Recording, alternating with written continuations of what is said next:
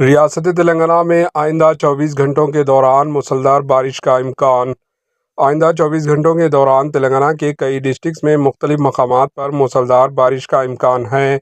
मौसमियाती centre ने जुमे को यह इत्तला दी। महकमा मौसमियात के मुताबिक तेलंगाना के खम्मम, नलगुंडा, सूर्यापेट, रंगारेड्डी, विकाराबाद, संगारेड्डी, मेदक, महबूबनगर, नागर कर्नूल, वनपति, नारायणपेट, जोगुलांबा, गढ़वाल डिस्ट्रिक्ट्स में बारिश के इम्कान हैं। Bureau report, HN news.